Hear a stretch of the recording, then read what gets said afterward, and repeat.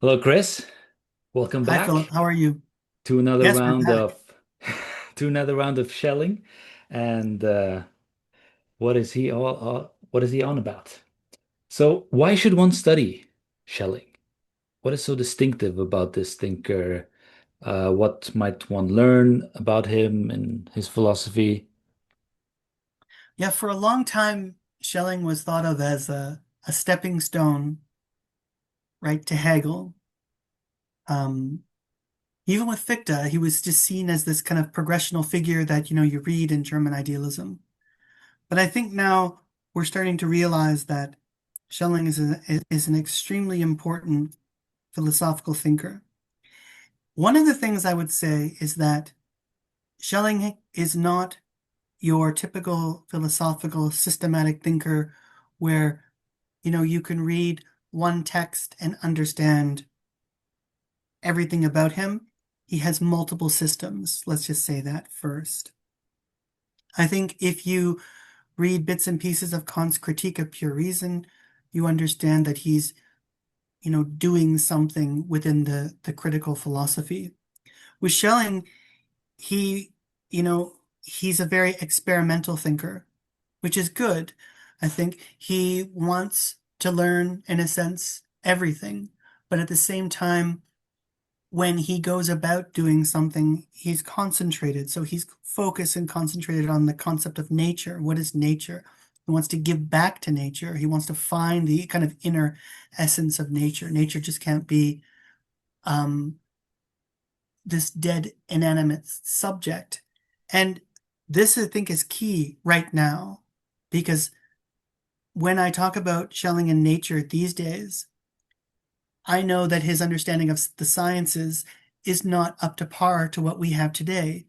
But maybe if you want to learn or rethink the conceptual concept that we have of nature, you can read Schelling and he can help you understand a better organic understanding of nature.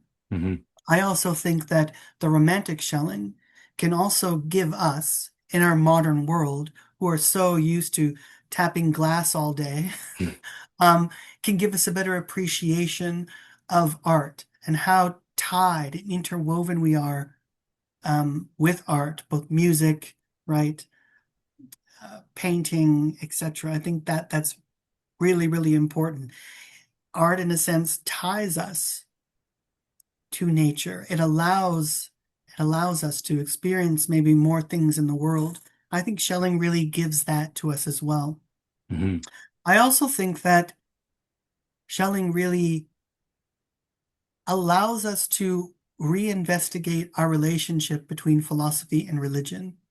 I Okay. think I think in the early 2000s we had the four horsemen of the apocalypse or whatever of atheism, all around you, um, and writing these, really, really bad books where they would like, argue one paragraph why don't read Augustine or something like that. I think Right. Schelling really gives you this interesting, original take about why religion is important, why philosophical religion, let's say, is Hmm. important for the individual. And you don't have to be religious in real life, but it allows you to rethink the conception of the divine. I also think that many thinkers, many really, really important philosophical thinkers like Karl Jaspers, Martin Heidegger, um, Paul Tillich, even, believe it or not, Jürgen Habermas, who wrote his dissertation on Schelling's Ages of the World. I think all of these thinkers find something in Schelling. So for Habermas, it was this element of this free decision, this root of the decision Hmm. in him.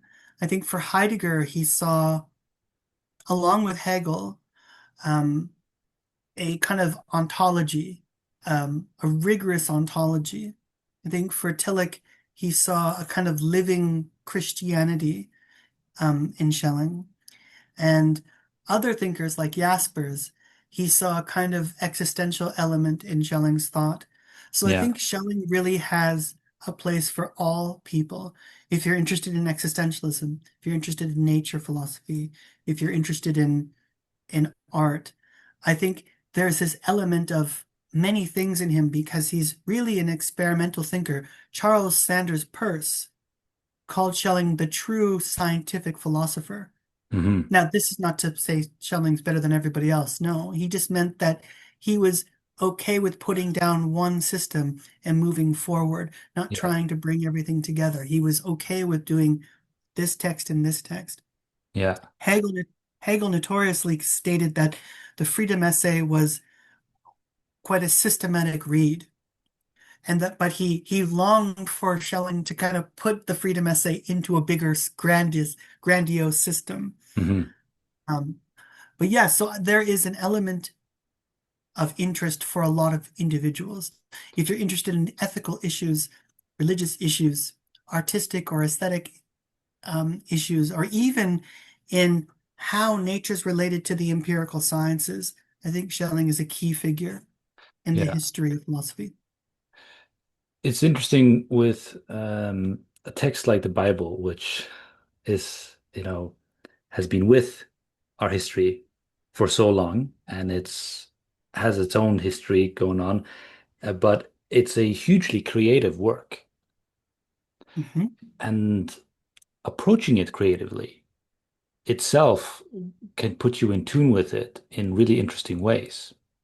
So this is kind of the poet William Blake's approach to the Bible is like he just saw this, a giant poem that human ingenuity and creativity gave birth to, and that we should sink into it and strive to emulate that and make it our own, right? So do you find something similar at work in Schelling, where he does that kind of movement, but in a philosophical way instead of poetic? Yeah, no, I find the the way that okay, with Kant, you get a lot of dense philosophical concepts that intrigue you. I'm intrigued by Kant's writing. I'm intrigued by Fichte. Um, Hegel's very dialectical, rigorous, logical writing that, each step you think you have the answer, but then he throws you another throws you another loop. Um, Schelling's the same way. You see the creative element of his writing where he takes something like the Bible and he philosophizes about it.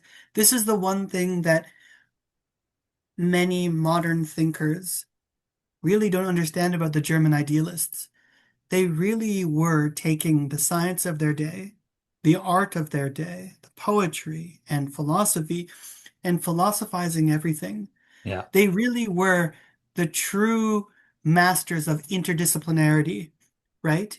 Well, as typical like old school philosophers were, like Aristotle went all over the place, right? Exactly, exactly. And this is the one thing that I think is truly missing from contemporary philosophy.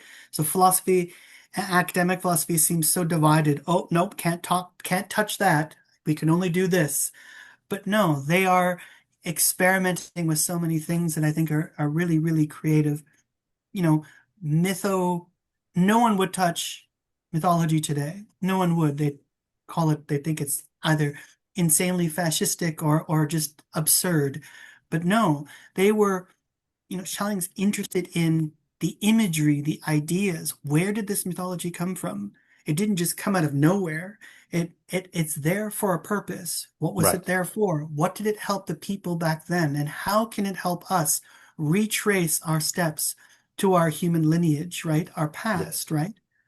And maybe So become aware of our own mythologies at work presently, right? And our whole exactly. culture is filled with mythologies, like this whole idea of superheroes and stuff, which has become huge, is a kind of mythologizing of sorts, right? You have these values and they're personified in these figures and they're fighting over good and evil and so on. Yep, Yeah. absolutely. It's funny. It's a really good example. It becomes a persona that a narrative a personification, a narrative of our time, Mm. right? And it's important because it's able to encapsulate what we're going through right now. Yeah. And and what Hegel and Schelling and I think, even Fichte are doing are doing these things. They're going through these intricate and inquisitive texts and trying to understand and philosophize about them. And that's what philosophy is for him. It is really, or let's say, what a philosopher of freedom does is philosophize about the connectivity of one that one has with the world. Hmm. System for Schelling is an organic concept for him. It means that we're not detached from the world. The world is part of our daily lives. And so for him, you're interwoven with it. You can't just be unattached and write philosophy. Mythology is there in the background, art is there, Yeah. science is there. All of these things are pulled together. And this is why he's extremely important to read, Yeah. um, and to understand, I think. Yeah. It sounds like, so to bring this to a close, it sounds like the final lesson that you can gain from Schelling, perhaps even the most important one, is how philosophy can make you whole, so that Yeah. you don't live a fragmented life, right? You go to work, you do work things, you come home, you do home things, you go to nature, you do nature things. You're just, you are really a split personality, right? Yeah. But you're not. You're living one single organism, moving through these things, having stories, memories, values, anxieties, and so on. And maybe it would be a good thing to become conscious of the threads running through these different dimensions. Yes. And I think someone like Schelling, who is good at weaving together these dimensions and showing, giving us insight into their connections, Yeah. religion, philosophy, right? I think can, be super important in not just as a intellectual project, but in practically figuring one's own life and what to do. Yeah. It's funny. I have a friend who's not an academic. He's an engineer. Um, and he loves Schelling. So he'll go to work, do his work all day, and then come home and he finds reading philosophy helps kind of make him whole, as you stated, Hmm. goes goes to the gym, goes out in nature, has relationships with friends, does work, but then there's this time to reflect on everything, how all of these relate. And Yeah. Schelling is a good thinker to think about all of these Yeah. things. And I'm not thinking that everybody should just drop what they're doing and go do philosophy, right? Of course, True. secretly you should do that. But, Yeah, you right? should do. But becoming conscious of yourself in these different dimensions and thinking, well, what is really going on with me, right? How am I relating to myself in and through all these different ways?